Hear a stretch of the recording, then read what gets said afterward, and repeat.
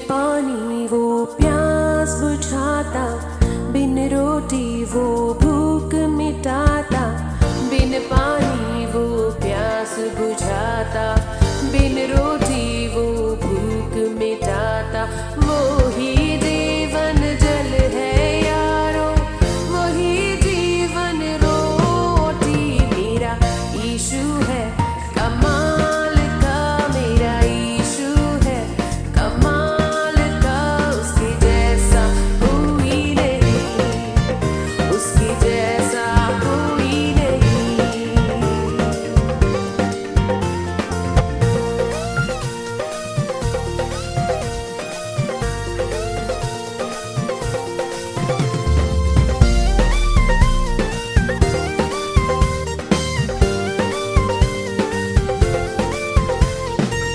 बिना सहारे पानी पे चलता, तूफानों को भी शांत कराता। बिना सहारे पानी पे चलता, तूफानों को भी शांत कराता। आंधी उसकी बात माने, तूफान शांत हो जाए। मेरा यीशु है कमाल का, मेरा यीशु है कमाल का। उसके जैसा कोई नहीं, उसके जैसा कोई नहीं।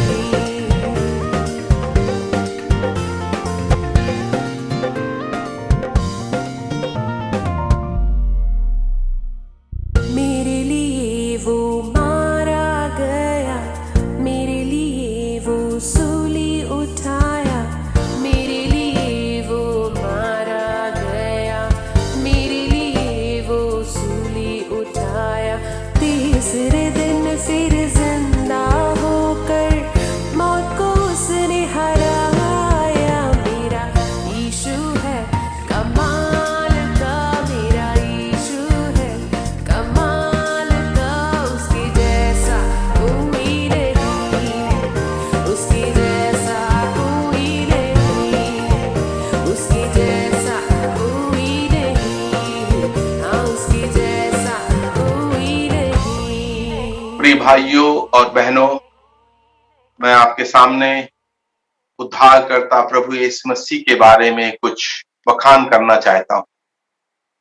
प्रभु जो स्वर्ग से इस पृथ्वी पर मानव रूप धारण करके इस पृथ्वी पर पैदा हुआ, 33.5 वर्ष का उन्होंने जीवन बिताया और अंत में क्रूस पर अपनी जान दे करके मनुष्यों के पापों के उद्धार का मार्ग खोला। उन्होंने अपनी जान दी और मुर्दों में से जी उठे और साक्षात अपने चेलों के साथ स्वर्ग में चढ़ गए। आज मैं इस प्रभु के आश्चर्य कर्मों के बारे में, वो एक ऐसी हस्ती थे जैसी हस्ती कभी नहीं आई। उनका जन्म, उनका जीवन, उनकी शिक्षाएं, और आज मैं उनके सामने उनके काम, जिनको हम कहते हैं आश्चर्य कर्म, जिन कामों को देख करके लोग आश्चर्यचकित हुए, उनके मन में अचंभा हुआ कि ऐसी बातें हमने कभी नहीं देखी। उस महान प्रभु का, जिन्होंने अपने आप को परमेश्वर होने का दावा किया और परमेश्वर के काम किए। तो मैं आपके सामने बताना चाहता हूं कि बाइबल में प्रभु यीशु मसीह के आश्चर्य कर्मों का वर्णन है और यह भी लिखा हुआ है कि उनका जीवन आश्चर्य कर्मों से भरा हुआ था। जब प्रभु यीशु मसीह आज से 2000 साल पहले इस पृथ्वी पर थे, उस समय मेडिकल साइंस इतनी डेवलप नहीं हुई थी, इतनी उन्नत नहीं हुई थी, इसलिए बीमारी बहुत बढ़ी हुई थी। पोलियो और अंधापन और तमाम प्रकार की बीमारियां बहुत बीमार लोग थे। और हम पढ़ते हैं भीड़ की भीड़ प्रभु यीशु मसीह के पीछे बीमारी से चंगाई पाने के लिए आती थी और प्रभु ने सबको चंगा, सारी बीमारियों को चंगा किया। और लेकिन कितने लोगों को चंगा किया ये नहीं लिखा हुआ है, लेकिन बाइबल में ये लिखा हुआ है कि अगर जितने लोगों को चंगा किया जाता गया था और वो सब लिखा जाता तो वो किताब दुनिया में नहीं समाती थी। लेकिन 36 चंगाइयों के बारे में लिखा, 36 चंगाइयां अर्थात 35 प्रभु ने क्रूस पर जान देने के पहले और एक मुर्दों में जी उठने के बाद, इसका बखान मैं अभी आपके सामने करूंगा। अर्थात 36 आश्चर्य कर्मों का वर्णन है। और बाइबल में यह लिखा हुआ है कि इन आश्चर्य कर्मों का वर्णन क्यों है? ये इसलिए है कि तुम विश्वास करो यीशु मसीह ही प्रभु है और विश्वास करके उसके नाम से उद्धार पाओ। मैं आपको वो हिस्सा उसके चेले अर्थात यूहन्ना ने जो लिखा है, जो उसका चश्मदीद गवाह था, जो उसके बहुत नजदीक रहने वाला चेला था, उसने स्वयं लिखा और मैं उसको आपके सामने पढ़ करके सुनाता हूं। उसके यूहन्ना के 21 अध्याय 24 और 25 वचन में यूं लिखा हुआ है, ये वही चेला है जो इन बातों की गवाही देता है, और जिसने इन बातों को लिखा है हम जानते हैं कि उसकी गवाही सही है। दूसरे भी बहुत से आश्चर्य कर्म जो यीशु ने किए, यदि वो एक एक करके लिखे जाते तो मैं समझता हूं कि जो पुस्तकें लिखी जाती वो पृथ्वी में नहीं समाती। उसने आश्चर्य कर्मों को अपनी आंखों से देखा था, प्रभु को पानी पर चलते हुए देखा था, मुर्दों को जिंदा करते हुए देखा था। हम देखते हैं वो कहता है कि अगर सब लिखे जाते तो वो किताब ही नहीं समाती थी। ऐसा महान परमेश्वर मनुष्य का रूप धारण करके भाइयों और बहनों इस पृथ्वी पर आए, उनके बारे में आपको थोड़ा समय लगाकर सोचना, ये समय देना आपके लिए अत्यंत आवश्यक है। हम देखते हैं प्रभु यीशु मसीह के आश्चर्य कर्मों का उद्देश्य ये था कि तुम उन आश्चर्य कर्मों को देखकर विश्वास करो वो परमेश्वर है, क्योंकि वो काम कोई दूसरा नहीं कर सकता और वो उस विश्वास के द्वारा आप उद्धार पाए। बाइबल में उद्धार विश्वास से है, कर्मों से नहीं, क्योंकि हमारे कर्म मैले चिथड़े कपड़ों के समान है। तो आज मैं पहली बात तो आश्चर्य कर्म होता क्या है या मिरेकल होता क्या, ये मेरी अपनी परिभाषा है। मिरेकल वो है जो प्रकृति के नियमों के ऊपर काम होते हैं। दुनिया में जितने काम होते हैं प्रकृति में कुछ नियम है, उनके अनुसार होते हैं। जैसे आप देखिए, अगर सेव का फल टूट करके गिरेगा तो नीचे आएगा, ऊपर नहीं जाएगा, क्योंकि गुरुत्वाकर्षण का नियम उस पर लागू होता है। पानी पर अगर आप पैर रखेंगे तो पैर नीचे चला जाएगा, आदमी पानी पर नहीं चल सकता। लेकिन हम देखते हैं अगर सेव ऊपर चला जाए या पानी पर आदमी चलने लगे, जो आर्किमिडीज का सिद्धांत है कि जिसका घनत्व पानी के घनत्व से अधिक होगा उसमें डूब जाएगा। लेकिन कोई व्यक्ति अगर पानी पे चले हो कि दूसरे को भी चला दे तो आप कहेंगे ये तो आश्चर्य है, क्योंकि प्रकृति के नियमों के ऊपर के काम, जो प्रकृति में नियम बनाए उनके ऊपर प्रभु यीशु मसीह ने काम, भूखों को भोजन खिलाया, अंधों को आंखें दी। अर्थात प्रकृति के नियमों के ऊपर कौन है? जिसने प्रकृति को बनाया और इस प्रकृति के नियमों को बनाया, अर्थात प्रभु यीशु मसीह। आदि में उन्होंने पृथ्वी की रचना की, उन्होंने आकाश और पृथ्वी की रचना, इसलिए प्रकृति के वो सृष्टिकर्ता प्रभु है और प्रकृति के सारे नियम उन्होंने बनाए हैं। तो हम देखते हैं प्रकृति के नियमों के ऊपर के काम, सारे मनुष्य प्रकृति के नियमों के नीचे, कोई मनुष्य ये आश्चर्य कर्म नहीं कर सकता एक प्रभु यीशु मसीह को छोड़ करके। और मैं आपके सामने ये भी रखना चाहता हूं उसका उद्देश्य क्या है। जो प्रभु ने आश्चर्य कर्म किए उसके 3 उद्देश्य मैं आपके सामने रखना चाहता हूं। पहला उद्देश्य है मनुष्यों की आवश्यकताओं को पूरा करना। अर्थात अगर एक अंधा आया उसकी क्या जरूरत थी? एक अंधे को 2 आंखें मिल जाए। एक बीमार आया उसकी क्या जरूरत थी? कि वो चंगाई पा जाए। एक लड़का जो मर गया था उसकी मां रो रही थी, उसकी क्या जरूरत थी? कि उसका लल्ला ठीक हो जाए, उसको पुनः जन्म मिल जाए। तो लोगों की आवश्यकताओं को पूरा करने के लिए प्रभु यीशु मसीह ने काम किए, तमाशे के लिए नहीं किए। दूसरा है परमेश्वर की महिमा, लोग उस परमेश्वर को जाने, परमेश्वर कितना महान है।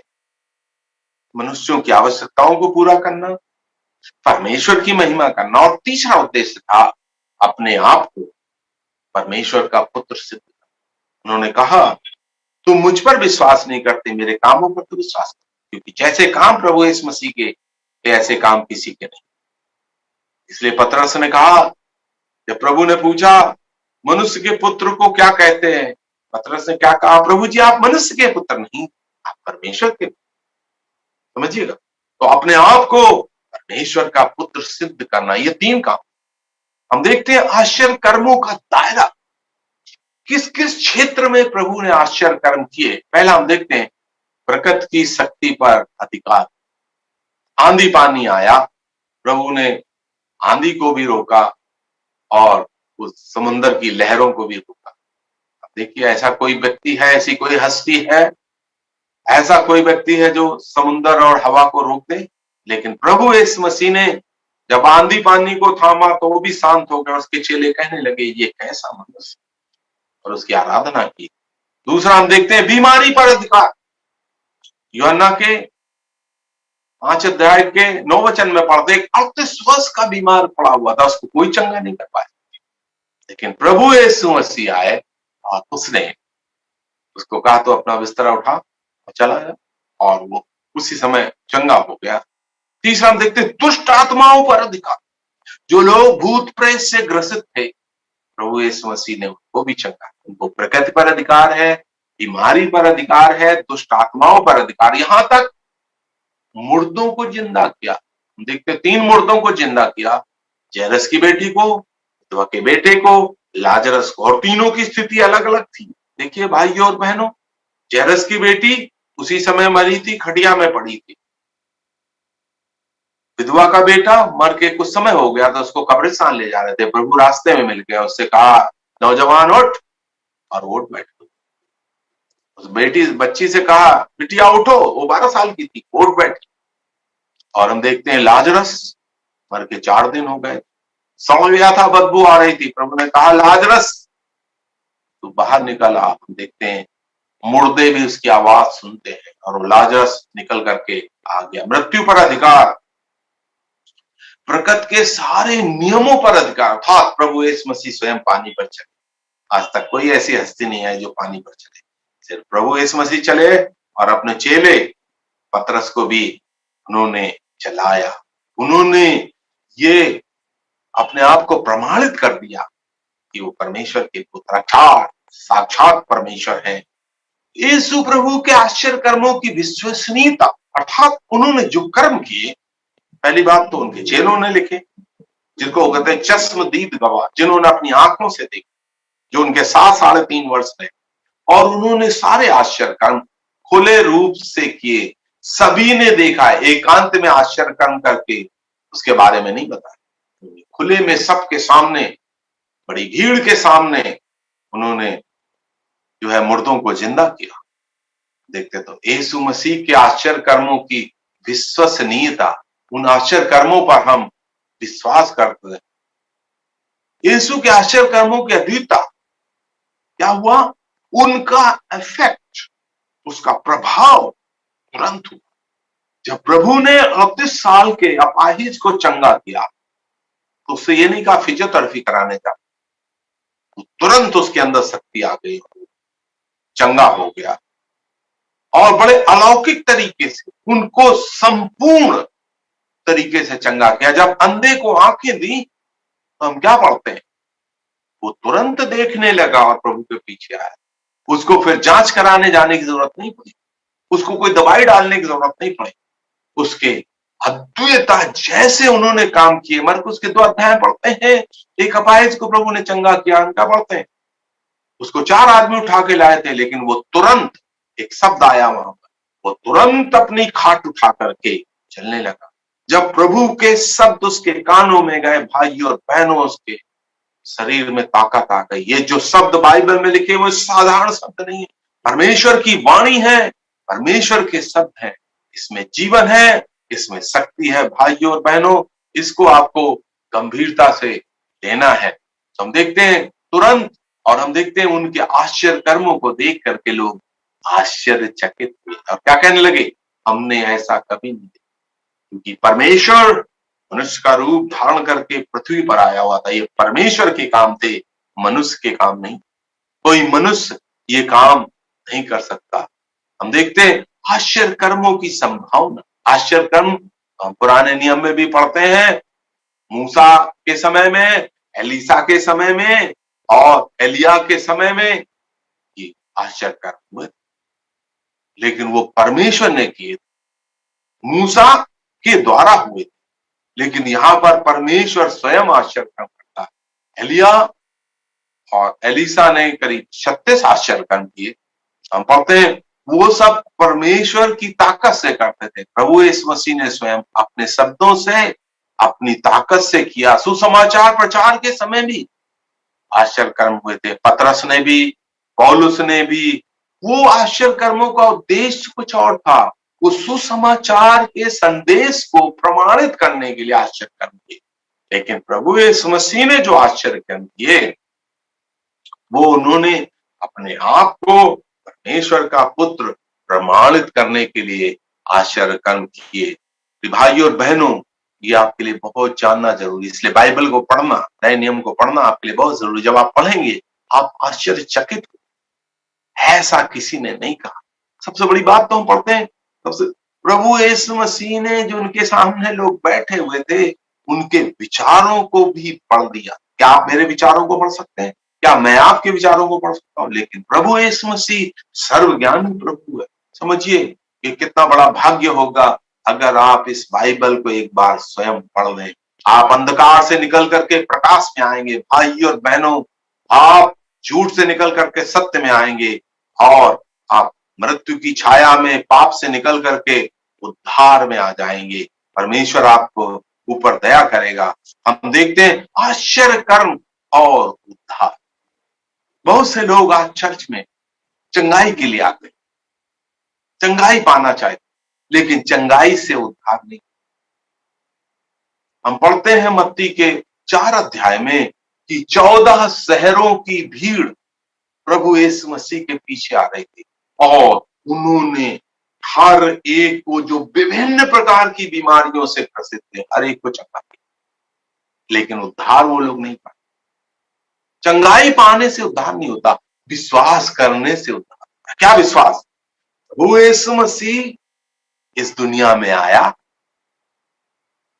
हमारे पापों के लिए कैलवरी के क्रूस पर वो मारा गया और उसको दफनाया गया और तीसरे दिन वो मुर्दों में से जी उठा। वो क्रूस पर मरा और फिर वो तीसरे दिन जी उठा। उसे कहा था मैं जी उठूंगा।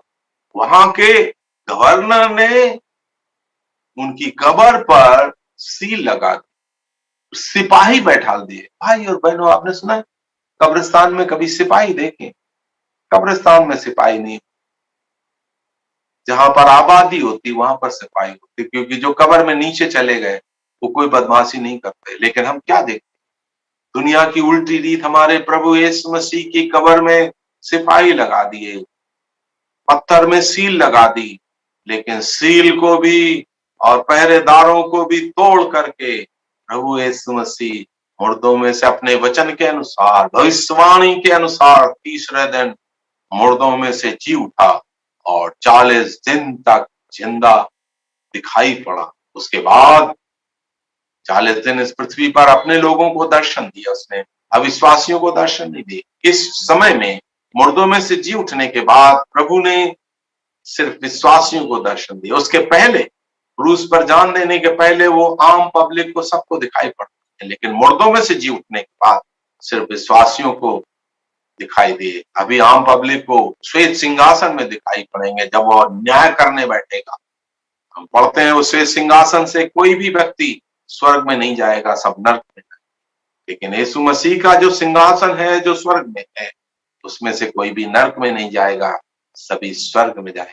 भाई और बहनों, उन्होंने 40 दिन दर्शन दे करके अपने चेलों के साथ उसी शरीर में स्वर्ग में उठा लिए गए और आज वो परमेश्वर के दाहिने ओर विराजमान है। वही प्रभु यीशु मसीह, भाई और बहनों, इस संसार में फिर से आएगा और 1000 वर्ष का यहाँ पर राज्य स्थापित करेगा। प्रिय भाई और बहनों, मैं आपसे ये कहना चाहता हूँ, क्या आपने उद्धार पाया है? क्या आपके पाप क्षमा हुए हैं? क्या आपने प्रभु यीशु मसीह को अपना उद्धारकर्ता प्रभु ग्रहण किया है?